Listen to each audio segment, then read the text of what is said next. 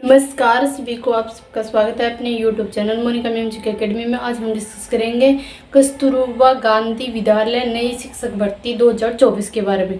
यानी कि ये भर्ती है वो किस स्टेट के अंतर्गत आई है, फॉर्म की लास्ट डेट क्या है, एज लिमिट क्या मांगी है, फुल डिस्कस करेंगे एक एक बिंदु पर यानी कि कस्तूरबा गांधी विद्यालय नई शिक्षक भर्ती 2024 ये किस स्टेट के अंतर्गत है, तो ये यूपी के अंतर्गत आई है।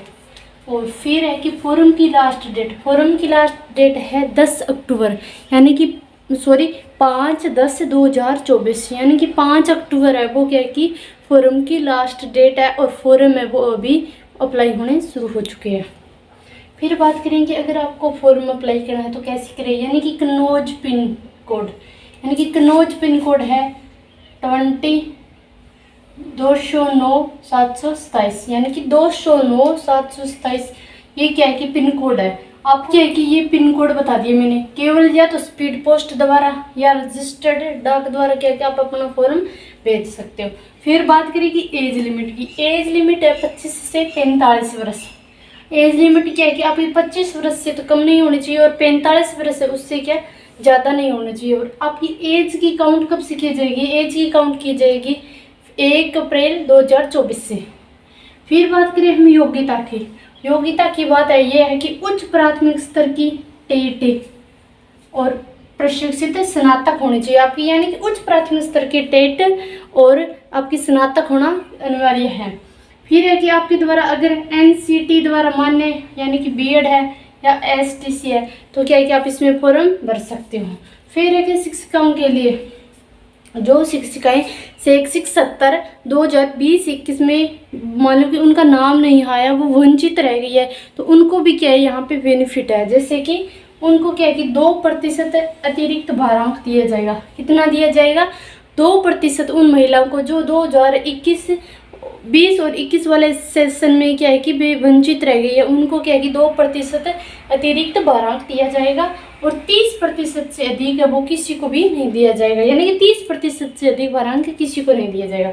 फिर है कि आपका डॉक्यूमेंट क्या क्या भी आपको चाहिएगा, तो वो है आपका चरित्र असक्षमता के लिए अगर दोष यदि दिवालिया हो तो आपका क्या है कि फॉर्म रिजेक्ट कर दिया जाएगा। अगर आपके पास अगर भी आपके ऊपर कोई भी पुलिस केस हो या अगर आप किसी भी मान लो कि केस में फंसे हुए हो तो आपका फॉर्म है वो क्या है कि रिजेक्ट कर दिया जाएगा। फिर आपका कि चरित्र प्रमाण पत्र आपका मांगा जाएगा, मेडिकल होगा फिजिकल होगा और चरित्र प्रमाण पत्र और मेडिकल, क्योंकि चरित्र प्रमाण पत्र आपका अनिवार्य है और मेडिकल भी। अगर आप किसी लंबी बीमारी से ग्रसित है, अगर आपको कोई भी रोग है तो आपका क्या है कि फॉर्म रिजेक्ट होगा, आपको नहीं लिया जाएगा। आपका क्या है कि मेडिकल मांगा जाएगा। वो मेडिकल है चाहे आप भी किसी भी स्टेट से हो, किसी भी डिस्ट्रिक्ट से हो, तो आपका वहाँ से ही आपको क्या है कि मेडिकल प्रमाण पत्र बनवा के ले आना है। फिर है कि अगर आपकी जॉब लग गई है तो आपको क्या है कि अन्य कहीं स्थान पर नहीं रहना है, ओनली क्या है कि विद्यालय परिसर में ही आपको निवास करना पड़ेगा। और इस फॉर्म को क्या है कि ओनली केवल महिलाएं भर सकती है और विद्यालय परिसर में आपको निवास करना पड़ेगा। और ओनली सिर्फ क्या है कि जो भी विद्यालय का स्टाफ होगा आपको उसके साथ अकेले को रहना होगा। अन्य को क्या है कि आपके परिवार के किसी भी सदस्य को वहाँ पर रहने की कोई इजाज़त नहीं होगी। और आपका भी मान लो कि भोजन व्यवस्था है वो खुद की स्वयं को ही करनी पड़ेगी, यानी कि ना कि विद्यालय परिसर मान लो कि जिस विद्यालय में आपकी ज्वाइनिंग हुई है तो उस वे विद्यालय वाले आपको कुछ भी मान लो भोजन व्यवस्था में सहयोग नहीं करेंगे, खुद की व्यवस्था खुद को ही करनी पड़ेगी। फिर क्या है कि पद किस किस के है? पद है तो पूर्णकालिक शिक्षिका, अंशकालिक शिक्षिका और उर्दू शिक्षिका, ये 3 पोस्ट है। इनका चयन होगा मेरिट बेस पे। इनका चयन कैसे होगा? मेरिट बेस पे। और मुख्य रसोइया और सहायक रसोइया और चौकीदार इनका चयन होगा साक्षात्कार बेस यानी कि इंटरव्यू बेस पे। फिर बात करें हम पोस्ट की, यानी कि पद है वो किस मान लो कि कैटेगरी में कितने पद आए हैं और किस कैटेगरी में कितने पद हैं, तो इनको क्या है कि कैटेगरी वाइज भी डिवाइड किया गया है, तो वो हम डिस्कस करेंगे। सबसे बात करेंगे पूर्णकालिक शिक्षिका। पूर्णकालिक शिक्षिका यानी विज्ञान वर्ग के यानी कि साइंस के पद है वो खाली है, तो साइंस में आपसे क्या मांगी गई है? स्नातक और लेवल यानी कि उच्च प्राथमिक स्तर के लिए क्या होना चाहिए? आपका टेट क्लियर। रिक्त पद कितने हैं? 3। और अनारक्षित वर्ग है उसकी कितनी पोस्ट है? 1। अन्य पिछड़े वर्ग की 1 है। और अनुसूचित जाति है उसकी 1 पोस्ट है। लेकिन अनुसूचित जनजाति है उसकी कोई भी पोस्ट खाली नहीं है। और सैलरी मिलेगी आपको 24,200 रुपये।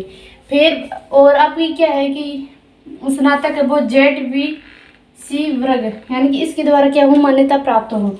फिर बात करें कि गणित की। गणित में भी क्या है कि स्नातक प्लस क्या है के लिए उच्च प्राथमिक स्तर के लिए टेट क्लियर आपका होना चाहिए। टोटल पोस्ट कितने हैं? टोटल पोस्ट 2 है। और अनारक्षित वर्ग की 2 है। और अन्य पिछड़े वर्ग की और अनुसूचित जाति की इनकी क्या है कि कोई पोस्ट खाली नहीं है। फिर करेगी सामाजिक विज्ञान की। सामाजिक विज्ञान यानी पूर्णकालिक शिक्षिका के लिए तो आपका भी किसी भी सब्जेक्ट में चाहे भले भूगोल हो, इतिहास हो या नागरिक शास्त्र हो, इसमें क्या होना चाहिए? आपकी स्नातक होनी चाहिए। और लेवल फर्स्ट के लिए क्या है कि आपका टेट क्लियर होना चाहिए। इसकी क्या है कि टोटल 1 पोस्ट है वो भी अनारक्षित वर्ग के लिए है और अन्य के लिए कोई पोस्ट खाली नहीं है। और इसकी भी क्या है कि 24,200 आपकी सैलरी रहेगी। फिर बात करें कि अंशकालिक शिक्षिका के तो अंशकालिक शिक्षिका के लिए आपकी फिजिकल एजुकेशन यानी कि शारीरिक शिक्षा ये इसकी पोस्ट खाली है। वो कितनी है? टोटल 3 पोस्ट है। इसमें कि इसके लिए आपको क्या है कि क्या योग्यता मांगी गई है? तो क्या है? स्काउट गाइड एवं शारीरिक शिक्षा वो भी किससे मान्यता प्राप्त हो? BPED, CPED या DPED इनके द्वारा मान्य हो तो वो ही आपका चलेगा यहाँ पे। तो अनारक्षित वर्ग के लिए कितनी है? 1 पोस्ट है। और अन्य पिछड़े वर्ग के लिए कुछ भी नहीं है। और अनुसूचित जाति के लिए कितनी है? 2 पोस्टें खाली। और 10,780 रुपये की क्या है आपकी सैलरी रहेगी। फिर है कंप्यूटर शिक्षा। कंप्यूटर शिक्षा में क्या है कि आपकी स्नातक और NCT द्वारा मान्यता प्राप्त विद्यालय से अगर आपने BEd LTC कर रखी है और आपके साथ में क्या है कि आपसे कंप्यूटर डिप्लोमा मांगे गए। अगर आपके पास कंप्यूटर डिप्लोमा है तो क्या आप इसके लिए फॉर्म अप्लाई कर सकते हो। और इसकी टोटल पोस्ट कितनी है? 2 टोटल पोस्ट है। अनारक्षित वर्ग की कितनी है? 2 है। और अन्य पिछड़े वर्ग की कितनी है? 1 है। और अनुसूचित जाति की कोई भी पोस्ट खाली नहीं है। और अनुसूचित जनजाति की भी कोई पोस्ट खाली नहीं है। और इसके लिए भी कितनी है? 10,780 रुपये आपकी सैलरी रहेगी। ये है अभी महिलाओं के लिए क्या कि बहुत ही अच्छा चांस है। केवल इसमें क्या है कि महिलाएं फॉर्म अप्लाई कर सकती है। वीडियो अगर अच्छी लगी हो तो वीडियो ने ज़्यादा से ज़्यादा शेयर करियो, लाइक करियो और कमेंट बॉक्स में अपनी राय जरूर दियो। और चैनल पर नई हो तो चैनल ने सब्सक्राइब जरूर करियो। धन्यवाद सभी को। राधा स्वामी।